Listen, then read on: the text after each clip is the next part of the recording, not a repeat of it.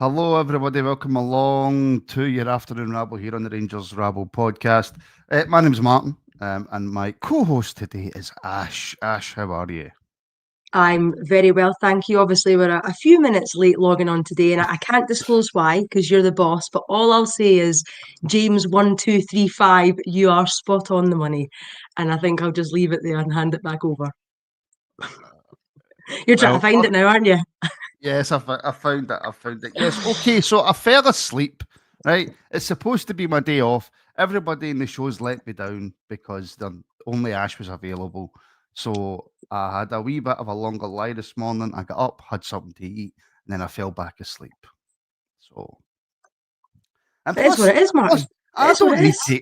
I don't need to explain myself to them. I don't have to explain myself. But Get on, yeah, folks. you can just take over, Ash, seeing as you like to just divulge information. I just like to share private and confidential stuff. No, listen, you're the host for the most, and yes, it's not been the most exciting week of Rangers, but I suppose the Europa League draw is something potentially to get a little bit excited about and look forward to, maybe.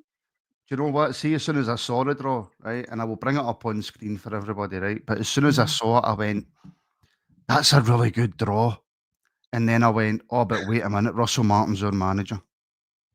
Like, I'll bring it up now, right? See, any other point in time, if you Mm. got that, right? Roma, very, very difficult. Porto, very difficult. Braga, very good team. Ferencváros, Ludogorets, Sturm Graz, Genk and Brann. I mean, we should be looking at that in most seasons, Ash, going, I mean, that's very, very, very winnable games. Absolutely. I mean, we've made the latter stages of the Europa League competition in much tougher fixtures with much tougher fixtures than that. So you would absolutely fancy us. However, that was before we've had the start of the season that we've had, and we've got the squad of players that we've got. So I don't know how that's going to play out. But if you try and look at it objectively, it's going to be a good few nights at Ibrox, hopefully, some good teams coming there, and some very good away trips for the fans lucky enough to be able to watch the team away. So yeah, if we try and forget about what happened this week, hopefully that'll be things to look forward to on the horizon. I mean, obviously, we don't know the way the fixtures are going to lay out. Mm. But if it was laid out, Roma first, Porto second, Braga third, then you might be looking at it going, well, actually, hold on a wee second, that's quite brutal.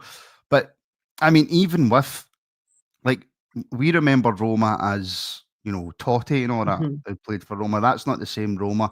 We've played Porto in Europe before, and we've got draws against them. We've beat Braga.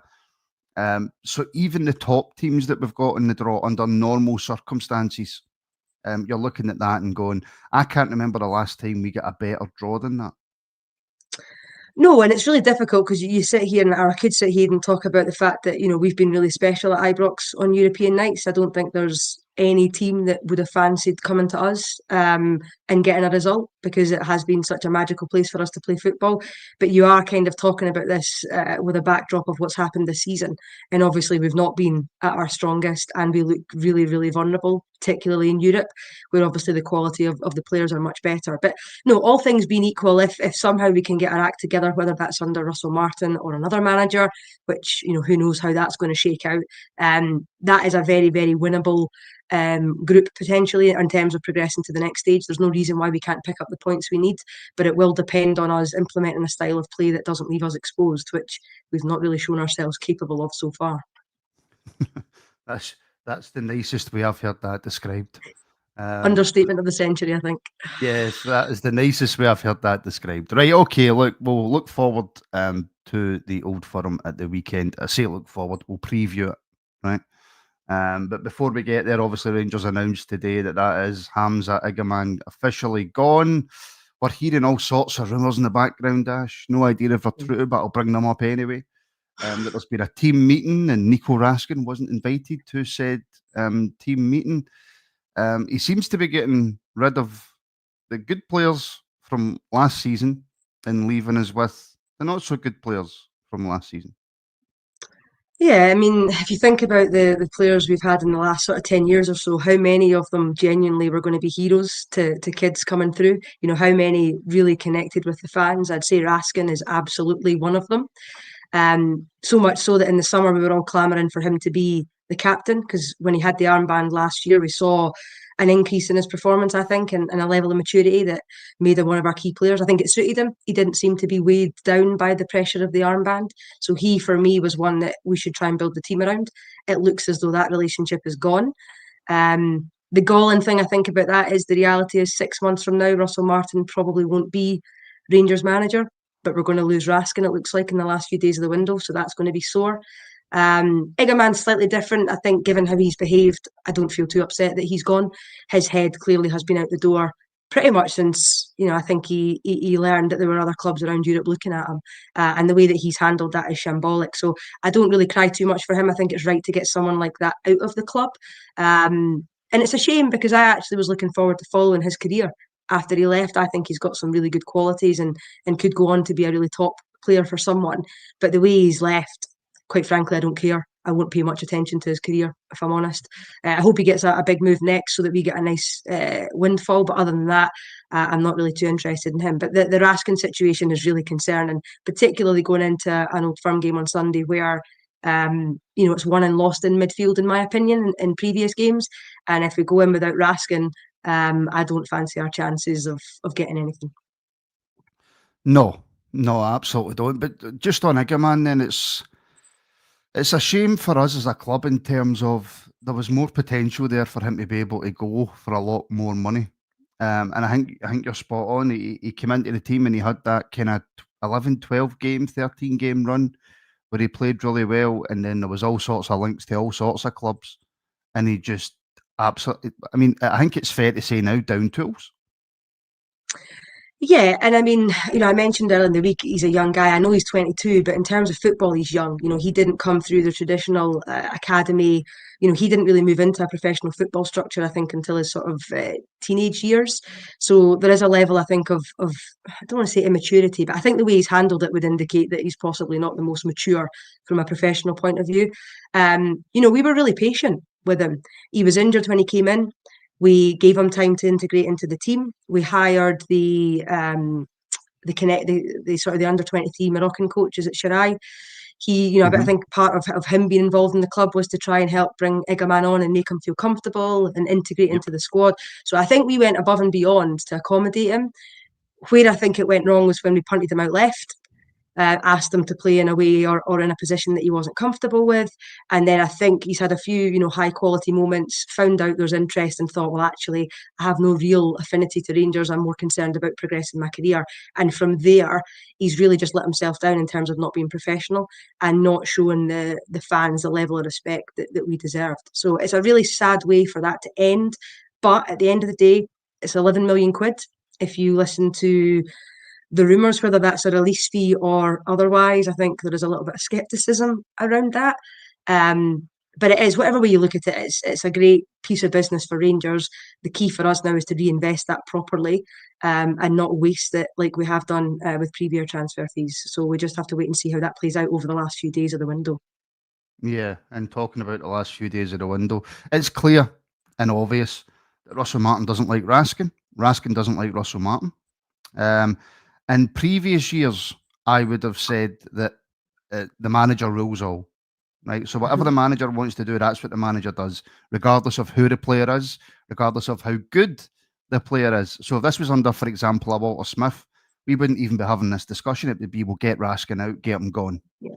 But it seems to be different this time, Ash. And can we afford to lose a player of Nico Raskin's quality and not be able possibly to replace him? I think you have to look at how, Martin has handled it. I actually think you don't know what goes on behind the scenes. So I think we have to caveat all of this with we can only give an opinion on what we see on the pitch, and what you hear about the way that players conduct themselves. Now, I think Raskin was bombed out quite unfairly a couple of times by Martin already this season. We've gone and signed a key player for Martin in the position that he wants to play in. So if I'm Raskin, I'm immediately thinking that doesn't really bode well for me in a year where I'm trying to cement myself into a World Cup squad. I don't think that's been handled well in terms of the communication to Raskin, it seems like, from what's transpired. And ultimately, you have to look at it in the sense that if Martin didn't fancy Raskin, rather than bomb out of the squad, why not try and get that transfer to happen earlier in the window where we would actually have an opportunity to go and get somebody else in and spend that money? It looks to me like now it's going to be a really messy breakup at the very end of the window where we are so limited in what we can do now to replace him. So the whole thing's been badly handled. I think Martin has no credit with the fans, which is why everyone's pretty frustrated with the whole situation. And if Martin stays and Raskin goes, I can imagine that on Sunday the atmosphere is going to be even more poisonous than I think it's already going to be, to be honest. Well, let's look at it from the other point of view as well, though. Like I was saying, I don't know if you were saying, but I was certainly saying that if we couldn't get Raskin to sign a new deal, then because his contract's, 18 months left in his contract, we need to sell him. There's no other option. We have to sell him. So, and it was me that asked the question, don't get me wrong, but are we maybe looking at this from a pure bias point of view of the fact that I don't think there's anybody left who wants Russell Martin as manager of this football club? I still think, and we're going to talk about it, but I think Sunday, it's not going to be a good atmosphere. It's going to be absolutely toxic. It's going to be horrible. But trying to kind of pull yourself back for that a wee bit, the fact that he hasn't signed that new contract, as long as Russell Martin's the manager, he isn't going to sign that new contract. Are the club right to try and sell him now? I don't disagree with the principle of it, but I suppose it's the way that you handle it. You know, you had Martin coming out in press conferences talking about that he basically had to remind Raskin that, you know, clubs will be contacting him to get a bit of a character reference. You know, that's not something that should be aired publicly because that immediately suggests that he has an attitude problem. Now, everything I've seen from Raskin this season is when he's come on, he's given 100%. He's not down tools. He's not had a bad attitude. You know, he's come on domestically in games where he's the only one that's tracking back and trying to make tackles and win the ball back. And Martin's actually referenced that in some of his interviews where he's actually given him a little bit of credit. But Martin, I think, is quite cute the way he uses the media. He drops these sound bites in press conferences that leaves a lot of questions. And there are a lot of people sort of thinking behind the scenes, is Raskin causing trouble? But I've never heard that from any other manager that Raskin's played under. I mean, this guy's been integrated into a Belgian squad that's full of proper professionals that play at the highest level, and they all seem to have a lot of respect for him. So, no, I get what you're saying. I think the Belgian coach loves him.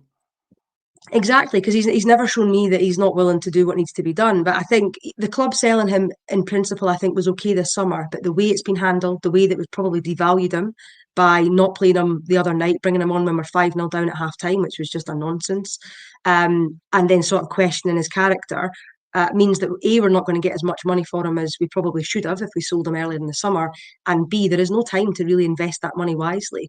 And the question would be, do you trust that if we did buy someone else, we're not just going to go down to the English Championship and buy a player that Martin's either had under his stewardship before or has played against 5 times with one of his teams? It's all a bit of a recruitment mess now at the moment. Yeah, and I'll just finish up on the Europa League stuff. A multiple man, I can completely agree, and we said that at the start. It's only a decent draw with a competent manager, and we don't have a competent manager. We really, really don't. Just before we get to Sunday, Ash, the rumours are believed, and I haven't seen it announced yet, but I would expect it to be announced pretty soon. Bojan Miovski coming in the door. I don't know if you've seen Andy Halliday's comments on him. No. Where he said that he's not an upgrade on Cyril Dessers.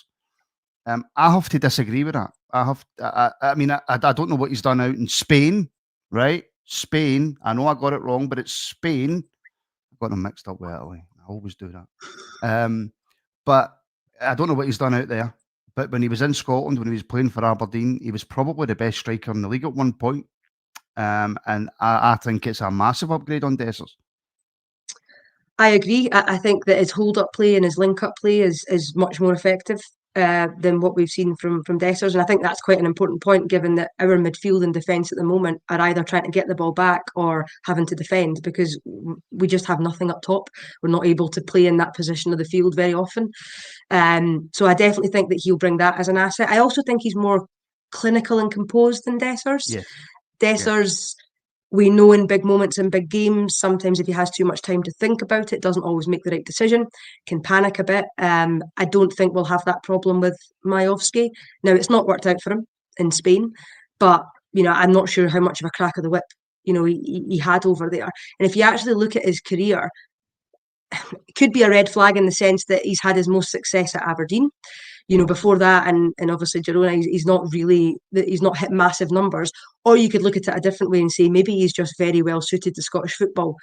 And imagine us going and signing a player that is suited to Scottish football. I mean, that'll never catch on, but that could be a positive if you want to look at it that way. So no, I like him. Earlier in the summer, I said I would have went and got him, but I still think we probably need one more, particularly if Dessers is going to go, because Danilo's shown that he's not it, I'm afraid, up front.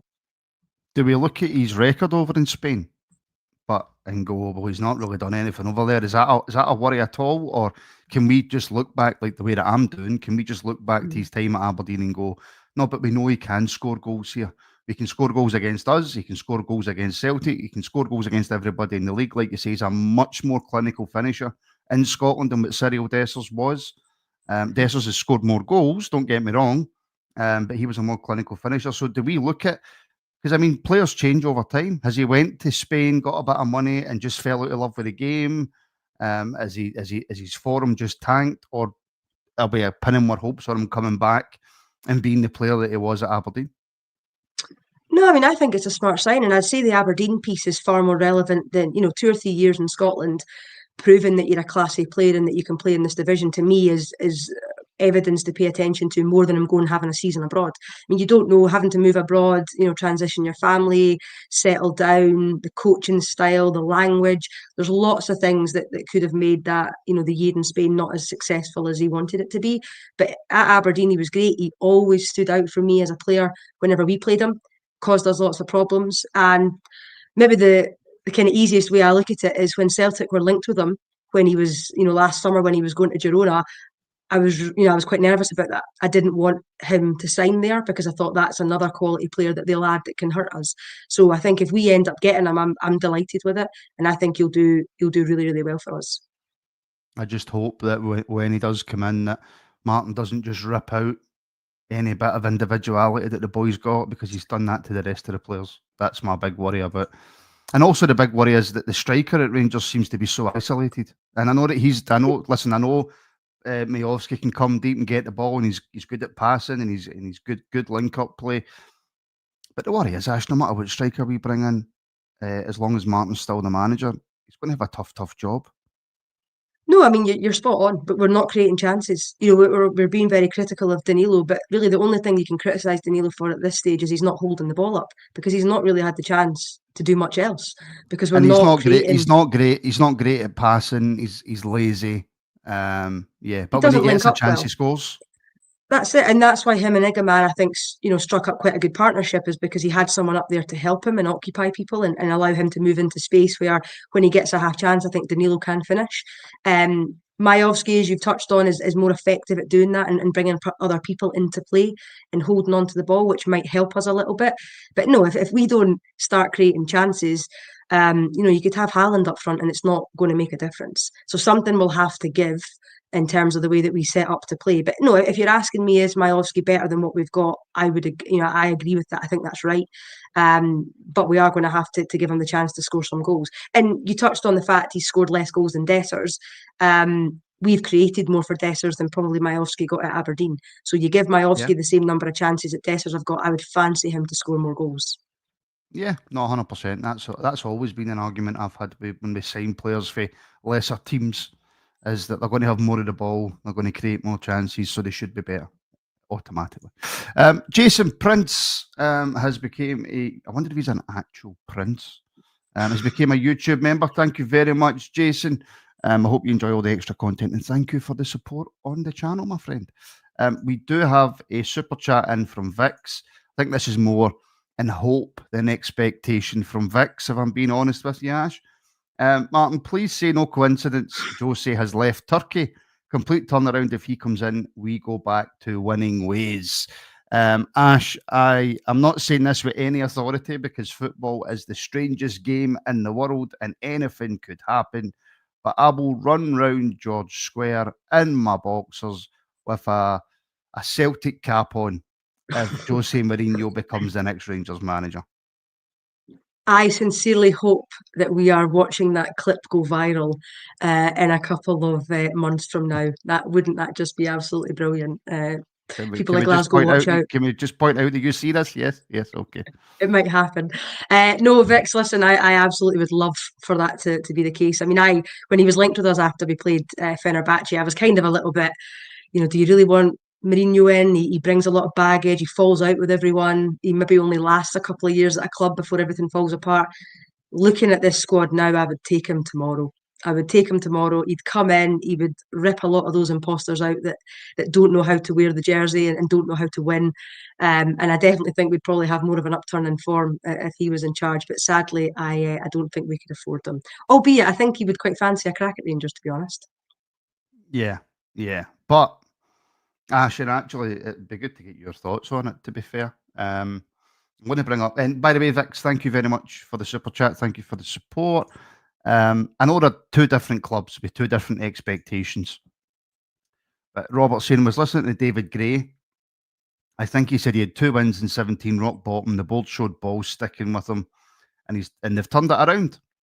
I wonder if the 49ers will think that way. I'm beginning to think, Ash, that the 49ers are thinking relatively that way. Obviously, if it's 2 wins for 17 and you're the Rangers manager, you're gone because we're a bigger club. We've got higher expectations and we're just better in every way than Hibs.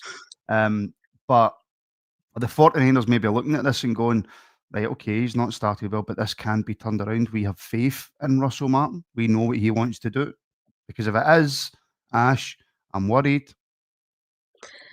I would be too. I think there's a couple of things, though, I would ask the 49ers to consider. And I'll be honest, I'm obviously aware of what goes on in Scottish football, but I didn't particularly study that Hibs slump. But I think it's a good point that Robert makes. But the question I would pose is, were there any signs during that period when they weren't winning games that the style of play would eventually work? Were they narrow losses? Were they games where actually they were the better team, but they didn't quite get over the line?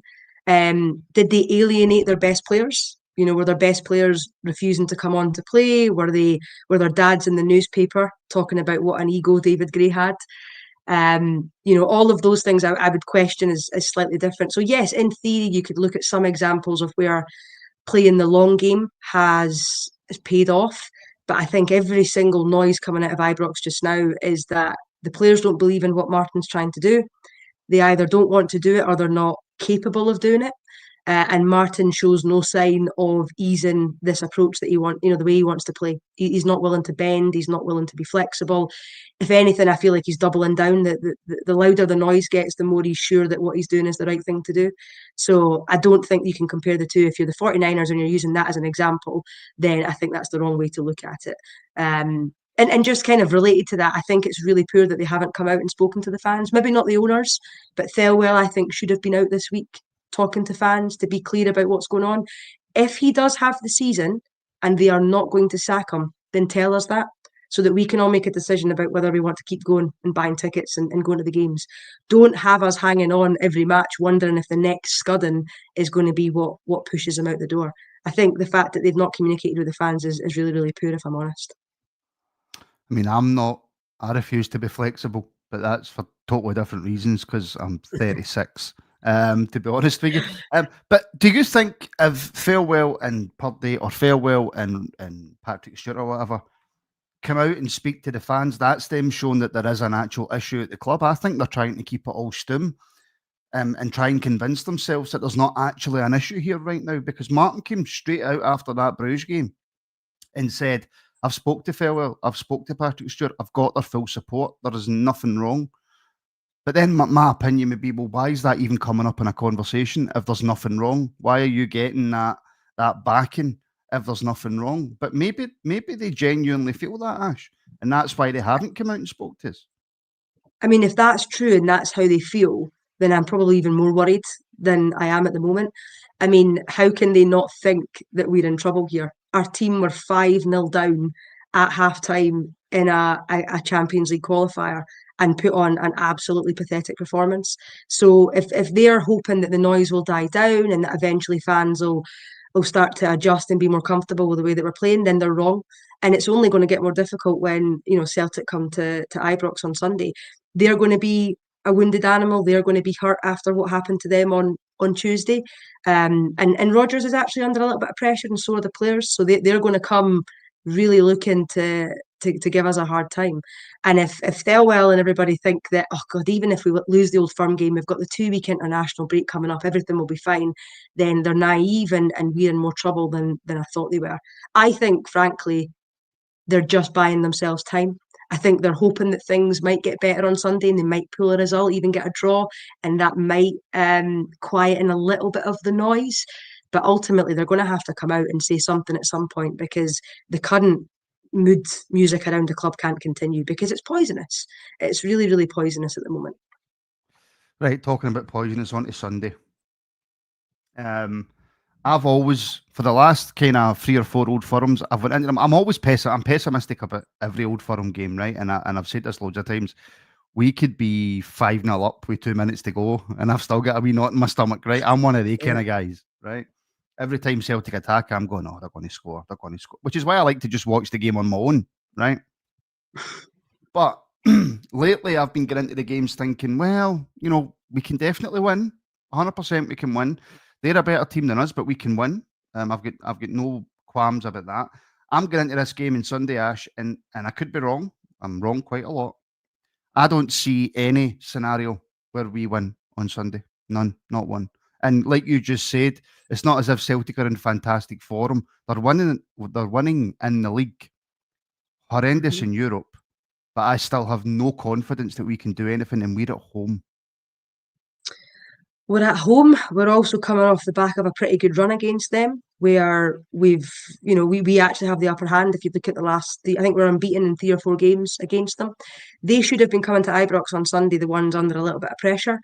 But we've completely blown that by the start of the season that we've had. One thing I would say is, in recent games, what have we done, or what battle have we won that have made us competitive? And for me, it's midfield, the likes of Bajrami sitting on McGregor and stopping him from being able to dictate the play. That's effectively, I think that's one of the biggest things that we've done. We've stopped giving him free rein to roam around Ibrox as if he's Pirlo.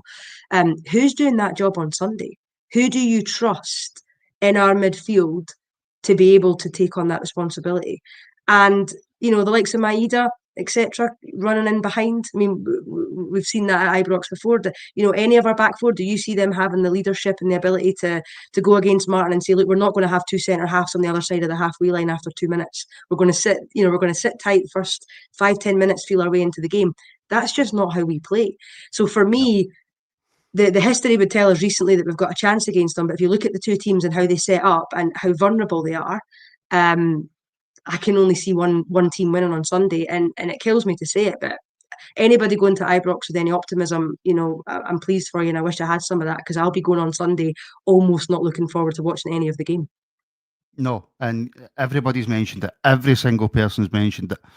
That high line that we play, and we played against Bruges. Now, Celtic won't be as clinical as Bruges because they're not as good a team as Bruges, but Maeda in behind, Yang in behind. I don't know if they'll maybe start somebody different up front. I don't know, or Ida might start. I don't know. There's talking on bringing in this Dolberg guy, who's apparently a very, very good striker. Is that the Danish boy? Yes. Yeah, he's good. Yes. Oh, that's disappointing if that's the case. Yeah, he's very good. We leave them that space. You mentioned it there, Ash. We leave them that space in behind. We're cooked. We're absolutely cooked. We are, and it could be another scudding. And listen, and I'm not this is not critical of the fans, because it's completely justified, but the atmosphere on Sunday, the first misplaced pass, the first chance that we concede, the first mistake that we make, the fans are going to be angry because we're so upset and tired of what we've seen this season. Now, that atmosphere doesn't help the players, but what are we meant to do? It's completely justified in the current circumstances, because frankly, a lot of them have been a disgrace so far this season. So all of that just plays into Celtic's hand, and I just think that they need a result. They need their fans to get behind them. They expect something on Sunday. And we're just liable to conceding a really stupid early goal. And if that happens, I genuinely fear for what happens over the rest of the 90 minutes. Now, I hope we're wrong, Martin. I don't like being this negative, but if you watch what's happened the first 10 games of the season, we're in a lot of trouble on Sunday if we play the way we've been playing. Yeah, and Stuart, listen, they're not. Stuart's saying they're not as good as Bruges, but I think you'll find they're more than capable of on Sunday of scoring 6. Yes, they will be. They absolutely will be. The difference, I think, with this Celtic team is that they won't stop, Ash, the way Bruges stopped. No. Bruce stopped in the first half at Ibrox, couldn't get it back up because it's very difficult to get it back once you've been so dominant and you slow down. It's difficult to get back into that way of playing. And they kept going in Bruges, which is a very good film, by the way. They kept going in Bruges, and then they stopped at 6. They just stopped. Celtic won't stop on Sunday.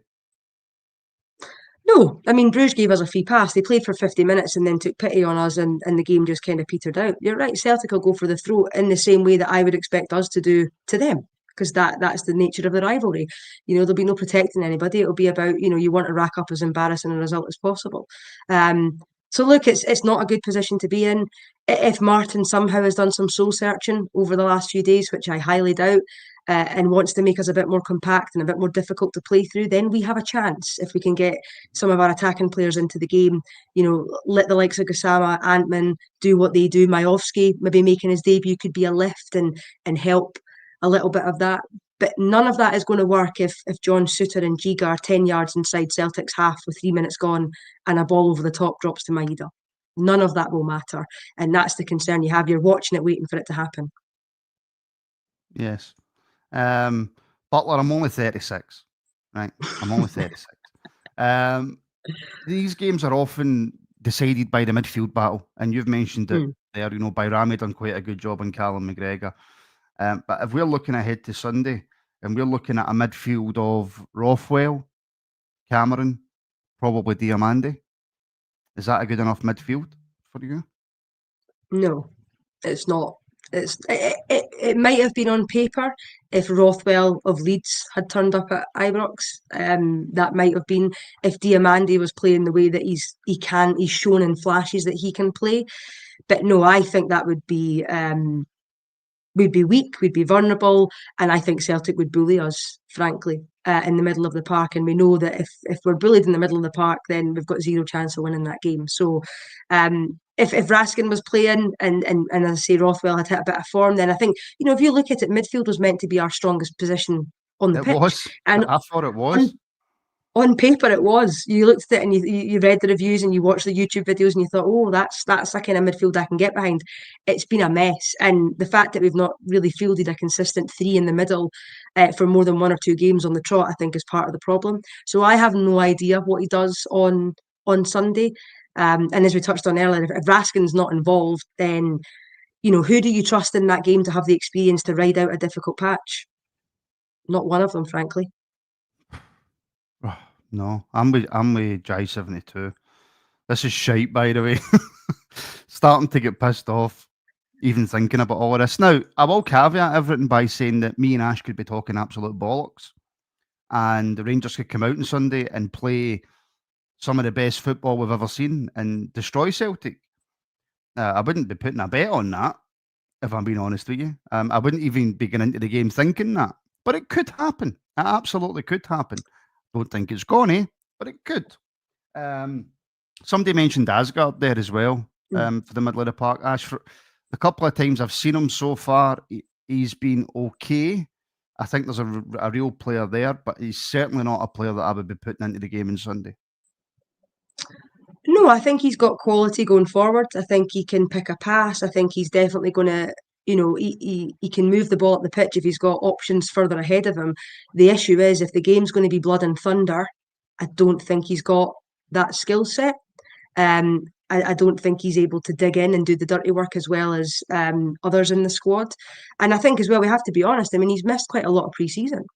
There is an issue there in terms of his fitness. He's not going to be at the level of everybody else. So no, I don't think I'd be pitching Asgard into that game. I think it's different if you had other players in midfield that were on form. You could maybe carry them a little bit.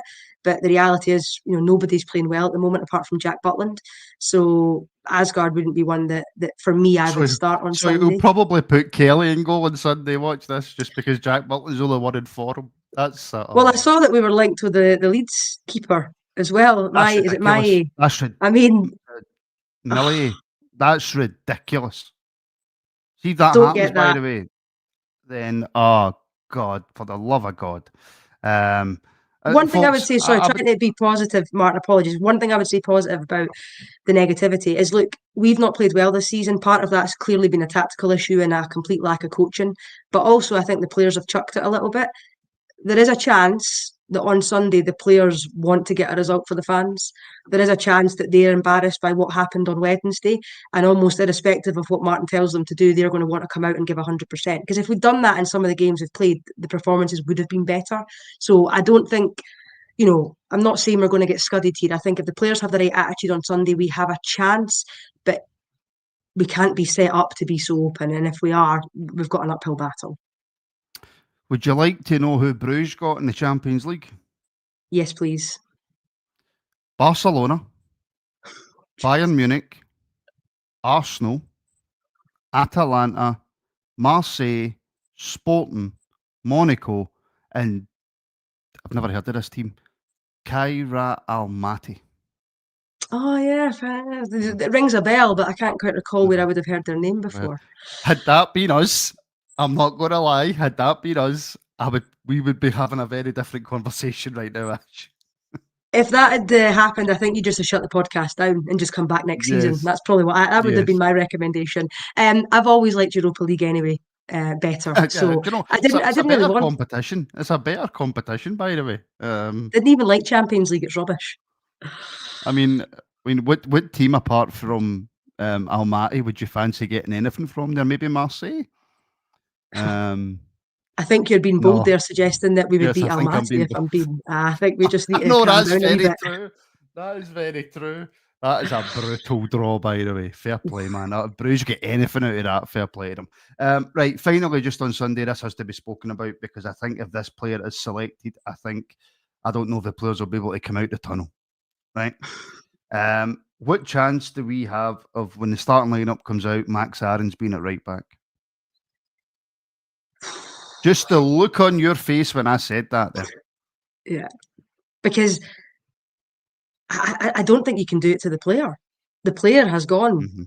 He's gone completely mentally. I mean, that wasn't even a tackle on Wednesday. It was almost like he wanted to make doubly sure that VAR and the referee knew exactly what he tried to do. He was basically hanging off his back. It was like a wrestling move to bring him down. I mean, he is gone. He looks gone. When you watch off the pitch, it looked like he was in shock as to what had happened. I think you've got to go with Tav. The issue will be is if the rumours around Tav and Martin having a falling out are true, Martin's ego's too big to pick him. And he'll revert to type and put Aarons in. So I hope I'm wrong, but if he goes with Aarons, it's wrong to the player and it's just disrespectful to the fans because he will have Maeda will rip him to pieces. So surely somebody at the club, the coach or whoever's got to say to him, that's not the selection you make on Sunday. But Martin is so determined to do what he wants to do that I don't know if he'll listen to reason, to be honest. Would you, and not out of badness towards Aarons, but would you cancel his loan now? Would you send him back? No, I probably wouldn't, if I'm honest. I don't know if that's if you can really do that. I don't know whether that's appropriate football etiquette. Well, yeah, true. Yeah. I think just under the circuit, I don't know. It's really difficult, Martin. I think if there was a way to get out of it, maybe you would. But I mean, do you blame Aarons completely? Is it all his fault? No. It's the way we've been. He can't handle the jersey. The jersey's too big for him.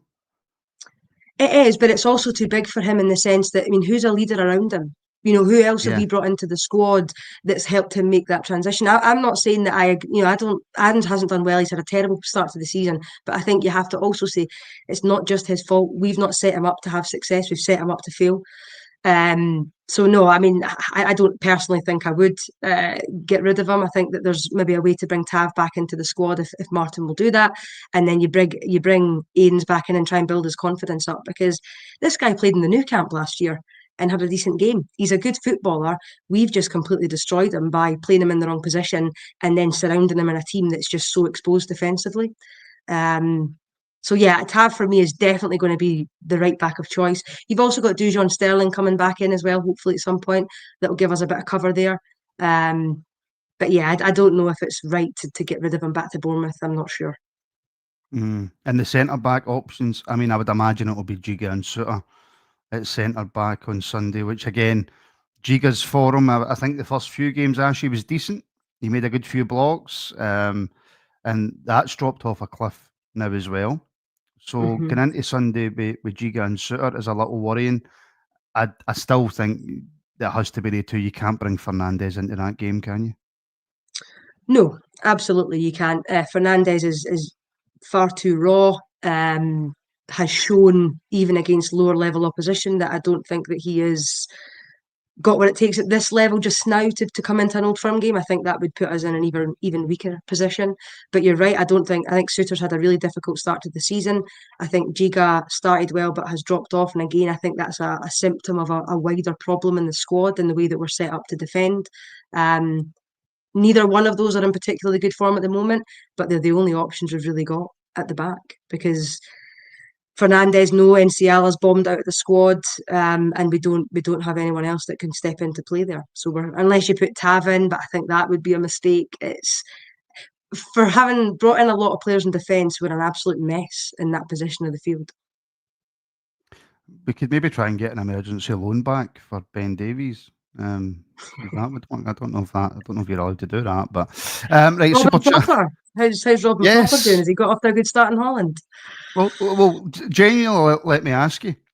See if they were both still at the club, right? All seriousness, if they were both still at the club, would you have one or both of them in the squad, in the team? Sorry, on Sunday, would you replace either Souttar or Giga with one of the two? And I'm setting you right up. You are setting me up to get a bit of stick here. Proper, no. No, I'd maybe have them in the squad, but no, I don't know if I would change Giga and Souttar, because I think they've looked really bad. But I don't, whoever you put at central defence for us this season would have looked bad because of the way that we're set up. So it would have been nice to have a few more options to bring other people in. But no, Giga and Souttar probably are still the best of the bunch that we had going into this season. I know, I probably shouldn't have asked you that. That wasn't very nice. Right, super chat in for Colin. What are the chances of the players ignoring Russell Martin's tactics and just going for it on Sunday? I think that's the only way we get a win. 100%, Colin. If the players, if the rumours are true that he's lost the dressing room, then you may as well go down in a blaze of glory. You may as well just go and play the match in the way that you think you're going to get a result. I don't think the chances of that are high, given that when we are been several goals down, they've still tried to play the same way that he's asked them to. But I think you're right, Martin. If we're going to get a result on Sunday, it'll be despite Martin's tactics rather than because of them, based on what we've seen so far this season. Yeah. I hope the players just go out and just say, you go and stand over there and, I don't know, make yourself a vegan breakfast or something, and we'll take it for here. We'll take it for here. But yeah, it's the only chance I think we've got of winning the game. Final question, Ash. If the inevitable does happen on Sunday and we get beat, does it matter how badly we get beat, or will he get sacked anyway? I think that a narrow defeat or a draw probably keeps him in. I think if it's a performance and result like we experienced on Wednesday, the club will be forced to act, if I'm honest. I just think that the toxicity at full time, and they're going to come out. We talked about Europa League. They're going to come out with Europa League packages. Next couple of days, early part of next week. Ain't nobody buying those tickets if we get a scudding on Sunday. And I say that tongue in cheek. Of course, some people will buy tickets, but that's going to really hit them in the pocket. And when people stop going to the stadium, that's when I think the board will be forced to act. So if things go really badly on Sunday, I don't know if he'll still be the manager come the end of the international break. Prediction for Sunday? Oh, I don't know. I mean, are you asking my prediction for what I genuinely think will happen, or my kind of best case scenario prediction? Prediction for Sunday. I will say a defeat, and I think I'll leave it at that. I'm not going to start putting goals next to it. A defeat, and I hope I look like a right idiot come next week, and all of this is wrong, Martin, and you and I are condemned as knowing absolutely nothing. I'm going to say a comfortable defeat. I'm going to go out on a limb. I think Celtic will win the game comfortably on Sunday. And it's really hurtful and it pains me to say that. It really does. But I think Celtic win comfortably on Sunday, especially with that cabbage still in the dugout. Honestly, I can't not personally. Nothing against Russell Martin personally, because I don't know the man. As a football manager, can't stand him. And I want him out of my football club. I want him gone. So he's a cabbage in terms of he's a football manager. Personally, probably a really nice guy. But however, he's absolutely destroying our football club right now. So I don't like him as a football manager. Right, folks, that will do us there. Ash, thank you very much. Thank you for having me on, and apologies, folks, that wasn't more positive. Better days are ahead of us, I'm sure, but we've just got to try and navigate through to the international break where we can have some mental relief from Rangers, which will be very, very welcome. Well, the first positive show will probably happen while you're on holiday, because that's probably when he'll get sacked. Is that because I'm not there that it'll be more positive? And the fact he's sacked, I suppose, that is also true. Yes. Possibly. Right, folks, thank you very much. Remember that the Friday Night Rabble is no more, folks, so it's just your afternoon rabble on a Friday now until we get something else sorted for our members. The Extreme Gaming Podcast will be out later on tonight, so do make sure, if you're a member of the CEO tier or above, to tune in to the Extreme Gaming Podcast. And before I go, Stephen Robertson, all the way from Australia, I'm not doing the accent, for Big Alex Martin, and a massive super chat. Thank you very much, Stephen, for the support. Thank you to everybody for the support, Stephen. That's huge. Thank you very much, my friend. Greatly appreciated. Go and enjoy the rest of your Friday, folks. I hope you have a great weekend. And if you're a Rangers supporter watching this, I hope your team wins on Sunday. But I don't think so.